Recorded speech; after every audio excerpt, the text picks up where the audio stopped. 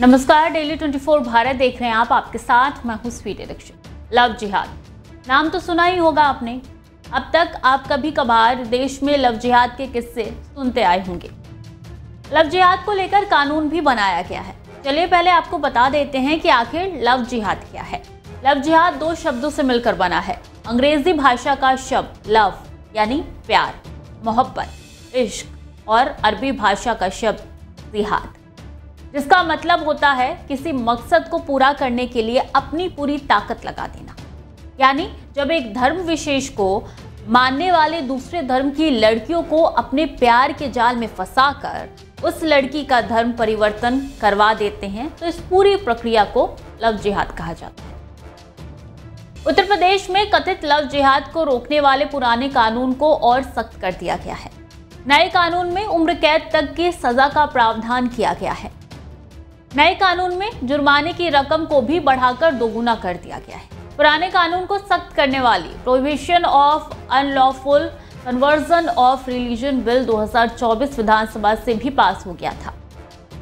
अब आपको बता दें कि न सिर्फ उत्तर प्रदेश बल्कि मध्य प्रदेश में भी लव जिहाद पर सरकार सख्त हो गई। इसी कड़ी में महाराष्ट्र से खबर निकल के सामने आ रही है। महाराष्ट्र सरकार ने भी अब लव जिहाद और जबरन धर्मांतरण के खिलाफ कार्रवाई की तैयारी शुरू कर दी है। इसके लिए सरकार ने एक 7 सदस्यीय समिति का गठन किया है। ये समिति लव जिहाद और जबरन धर्मांतरण रोकने के लिए कानूनी उपाय सुझाएगी। इस समिति का अध्यक्ष महाराष्ट्र के डीजीपी को बनाया गया है। बता दें कि कई और राज्यों में भी कथित लव जिहाद और जबरन धर्मांतरण रोकने के लिए राज्य सरकारों ने कदम उठाए हैं और अब इसी कड़ी में महाराष्ट्र भी शामिल होने जा रहा है। महाराष्ट्र सरकार ने जो समिति गठित की है उसमें महाराष्ट्र के डीजीपी के अलावा महिला एवं बाल कल्याण विभाग, अल्पसंख्यक विभाग, कानून और न्यायपालिका विभाग, सामाजिक न्याय विभाग और विशेष सहायता विभाग के सचिवों के साथ ही गृह विभाग के उप सचिव भी शामिल कर दिए गए। राज्य सरकार ने शुक्रवार को इस संबंध में आदेश जारी कर दिए हैं। आदेश में कहा गया है कि समिति अध्ययन के बाद बताएगी कि लव जिहाद और जबरन धर्मांतरण की घटनाओं से निपटने के लिए क्या उपाय किए जा सकते हैं। साथ ही समिति अन्य राज्यों में इससे संबंधित कानूनों का भी अध्ययन करेगी। समिति इन्हें रोकने के प्रावधान भी सुझाएगी और इसके कानूनी पक्ष पर भी सलाह देगी। लव जिहाद टर्म का इस्तेमाल अक्सर दक्षिणपंथी कार्यकर्ताओं और संगठनों द्वारा किया जाता है।